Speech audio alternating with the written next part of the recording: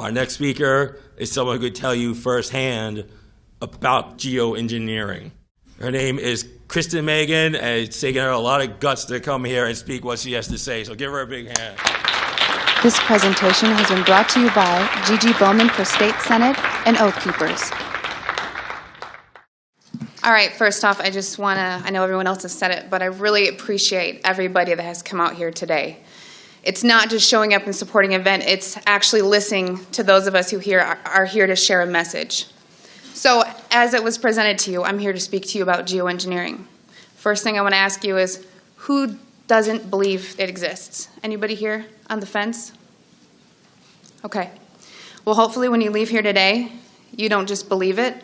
You share the information that I'm going to share with you, and you get more people on board to stop this unethical crime. I want to show you a video clip because the first thing people ask me about geoengineering is, who are these people? Who are the people that are, kind of pushing the button to get this thing going? One of them, his name is David Keith. And David Keith has been low in the radar for a while. But he has written a book about climate engineering that has basically done more for the truth movement of this than anything. Because he is the frontline person that is the #1 advocate for geoengineering. And I want to show you a clip. It's about 6 minutes, so just bear with me. You ever look at those planes up there? They have contrails on them. Maybe all those planes are the contrails. Maybe they're actually spraying chemicals into the atmosphere right now, and Uncle Sam isn't telling us. Seems extremely unlikely. That the United States is not telling something to its citizens? That seems extremely likely to me. Read the newspaper. And, of course, there are a lot of problems with what they're proposing. It turns out plants need sunlight. Yes.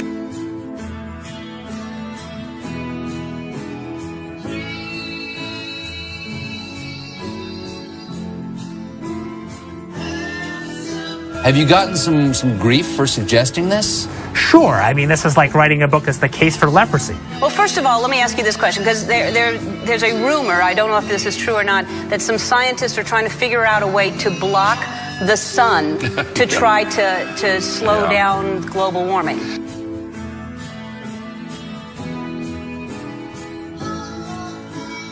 Could an individual start this? In practice, only a country. A big country. What about a man in like a hollowed out volcano with henchmen who occasionally shakes his fist at the sky and says, "They said I was a fool at Harvard. Who's the fool now?" It's All Things Considered from NPR West. I'm Arun Roth. If scientists get the calculations wrong, it could be catastrophic for life on Earth. Or what if the technology got into the wrong hands? Couldn't someone shoot poison into the atmosphere? So people are terrified about talking about this because they're scared that it will prevent us cutting emissions. Right, and also that it's sulfuric acid. It is. You're bearing the lead. Is there any possible way this could come back to bite us in the ass? You put another kind of pollution, sulfur dioxide, up to orbit, cover the atmosphere. The sky won't be really blue in the way it is now anymore. Blanketing the earth in sulfuric acid, because I'm all for it. This is the all-chocolate dinner. I still get to have my CO2, and I just need to spray sulfuric acid. Right. All over the earth. Right.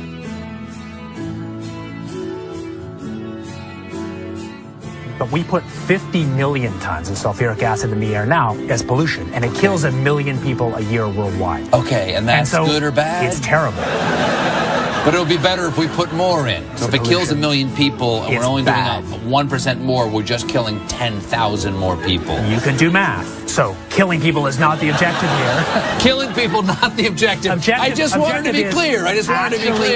Because some very mainstream scientists are saying that the climate change situation is so bad that saving life as we know it might require something radical, like shooting chemicals into the stratosphere to reflect sunlight.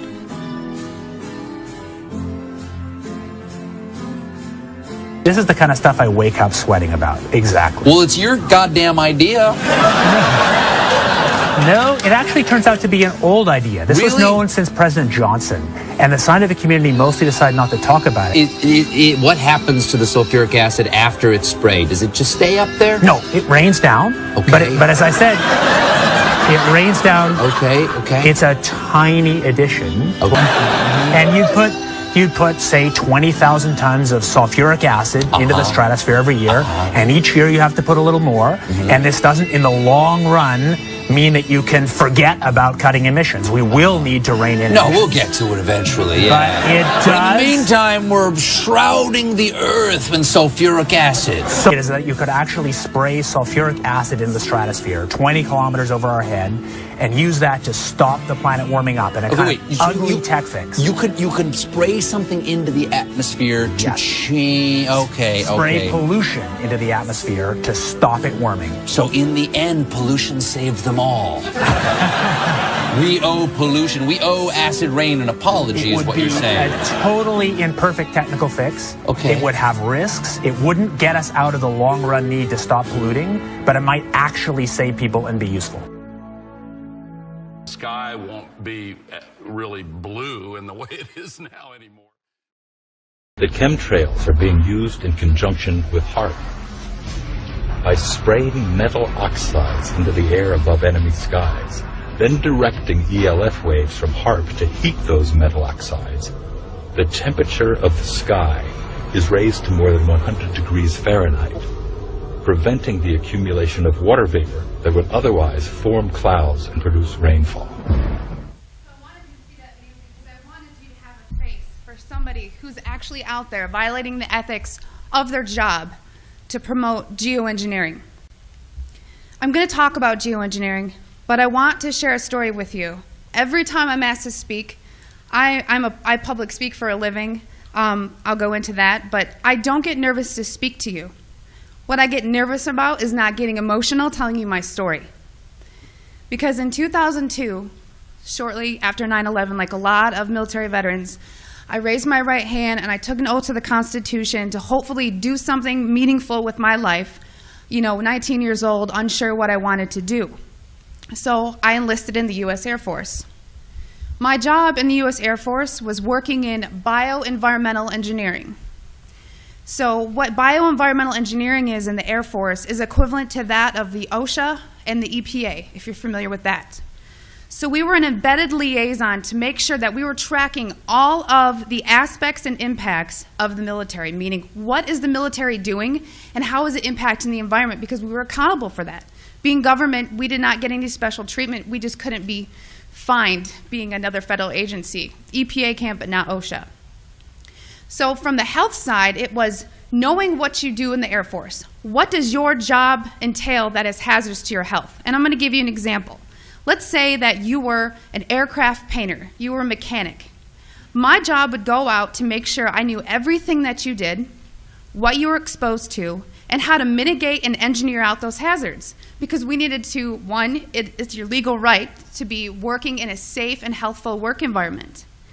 So throughout 9 years, I worked as an industrial hygienist and an environmental specialist.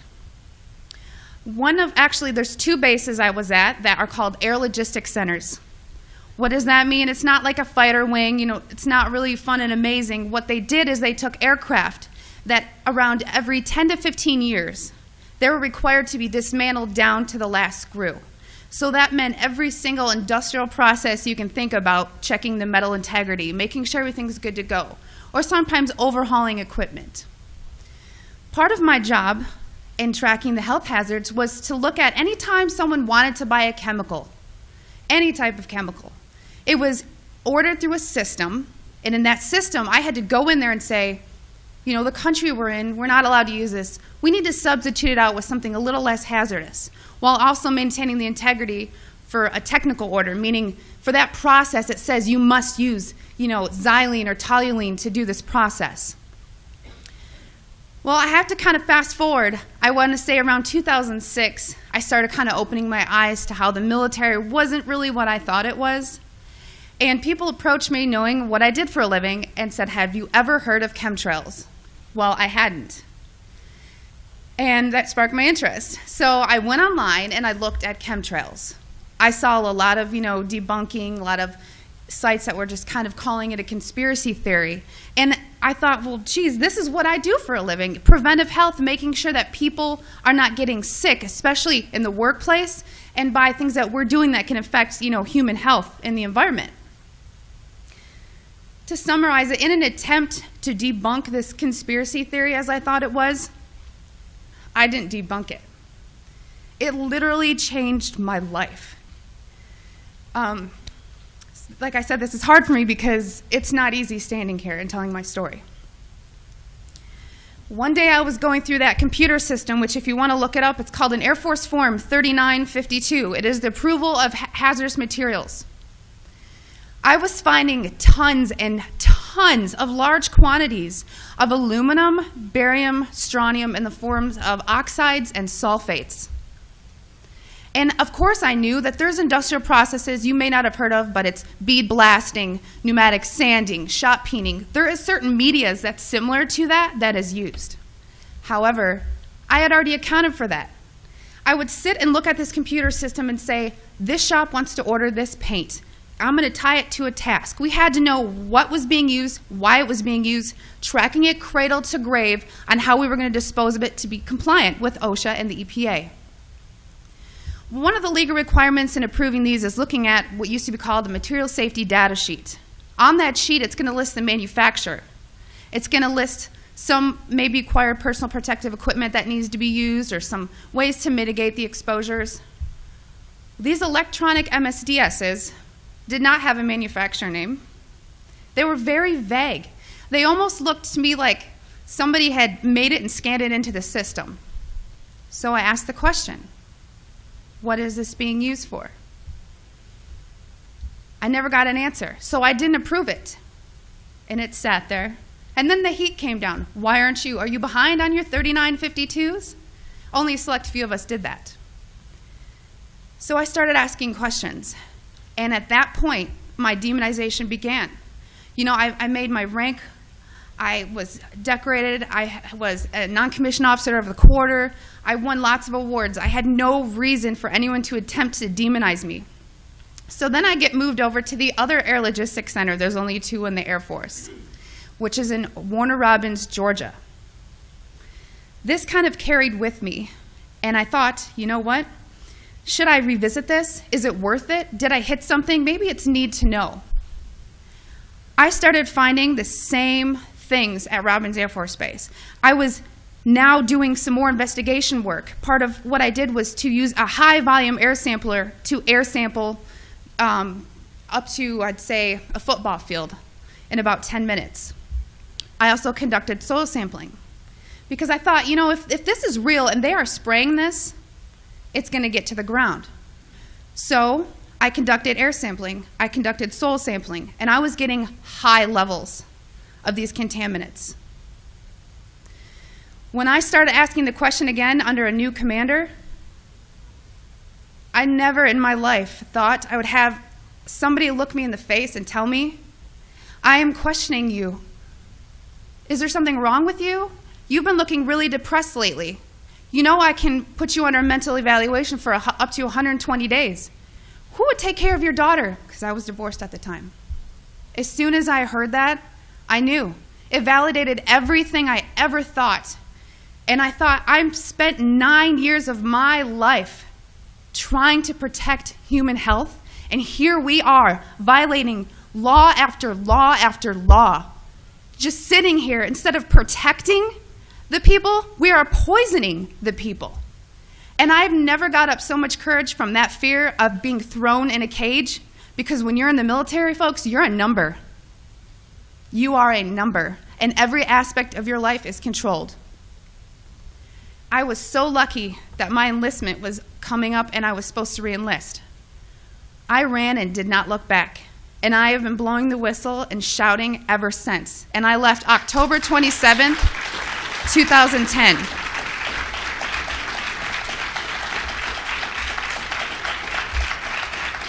Thank you.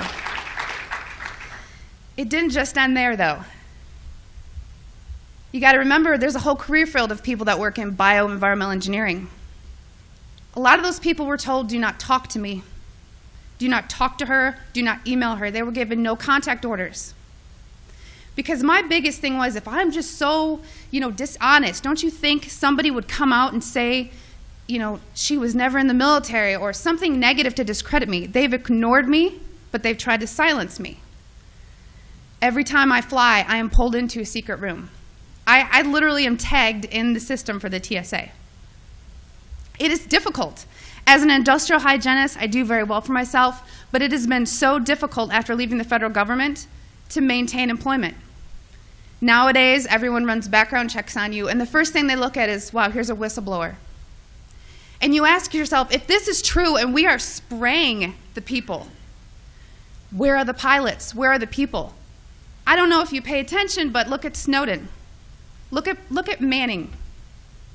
People don't come forward because these supposed Whistleblower Act protections that you have are not enforced, they're not supported, and they really don't exist.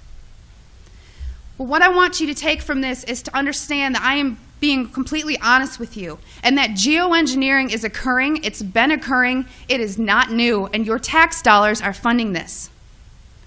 I 100% know that the U.S. Air Force was involved, and it kind of, I think back to all these things that I never had noticed. If you don't know what to look for, you can't look for something. And once I realized a process they were trying to hide, people have come out of the woodworks, from EPA compliance officers to ex-people that I worked with in my career field, who I cannot state for obvious reasons. I've had pilots come forward. I've had people come forward that actually load the canisters on the planes. These people don't come forward because they are afraid that they're going to end up like Snowden. And I continue to speak to let people know I've been screaming about this for 3 years and I'm still here. And why are you so afraid? Because many of these people are on active duty. And if you are willing to die for your country, supporting, the Constitution and defending us from enemies foreign and domestic, you are willing to die for your country, but now you're scared. You are scared and cowardly to talk about this. So I'm not just speaking to all of you in this room, I'm speaking to all those people that are going to watch this online and watch it on YouTube. Because you can come forward, you can help expose this, and we can stop it. So many people want to ask, why? Why is this occurring? That's for later thought. From weather modification to weather weaponry, there's numerous reasons under Agenda 21 and tons of theories. But my job as an industrial hygienist is to make sure that I comply with the laws and enforce them. So it is unethical every day for all the other people that are out there that work in preventive health, or even physicians that aren't speaking about this. They need to. So one thing I want to tell you is what you can do about it. The biggest hurdle that we have is disinformation sites. I never say them, but I'm going to today, so that you know if anyone ever gives these to you as a reference to debunk you, it's Metabunk and Contrail Science. Those are two websites that are ran by a government shill named Mick West. And he is a computer gaming programmer who tries to tell you about persistent contrails. So somebody who isn't even credentialed in chemistry or physics or ecology, none of that, is trying to tell you that you're crazy. Okay? So also on social media, don't just hit the share button. There are links. You have to understand that I have met people who used to be purposeful disinformation trolls, as we call them. These people are paid to pretend that they're you, to get you on board to believe a website or an article, just so that you look so vulnerable. And then later it will be deemed non-credible, and then you look non-credible. So please vet, research. And if you have something to write with, I want you to take down my email. It is Kristen, Kristen, Megan, Meghan, @gmail.com. And by emailing me, I can give you some information for what I'm about to tell you. If you still don't believe it, or you still want to convince people, there's something you can do. You can take a glass jar. It needs to be a glass jar, so there's no BPAs. Take a rain sample and take a snow sample.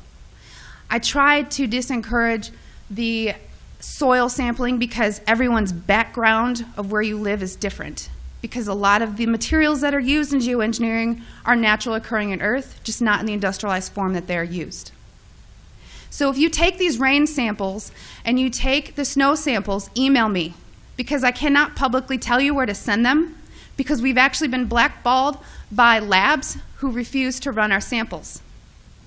And a problem that is occurring is people are sending in rain samples to labs that don't realize how low the limit of detection needs to be, because these are nanoparticulates. They are very small. So if you email me, I can tell you where to send in your samples, and it's only around $50. That may be tough on some people, but it's way cheaper than maybe what you assumed. So I just want everyone to know and understand that of all things, of all the freedoms that we are losing, geoengineering is the #1 issue that we are facing. Because you can have guns and money and you can have everything. If you don't have food and water and you are dying of respiratory or neurological illnesses, what does it matter? So you've heard about vaccines, and you'll hear, about smart meters, and you'll hear about other issues like fracking. These are all systemic effects. We are getting overexposed to toxins. People will tell you fluoride's in the water, but it's not a lot. It is a lot, because you're getting it everywhere in your food, water that you drink. Everything is washed with that water.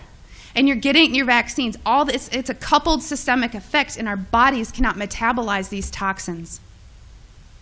So I just want to thank you for taking the time to listen to my story, and I will continue to shout from the rooftops.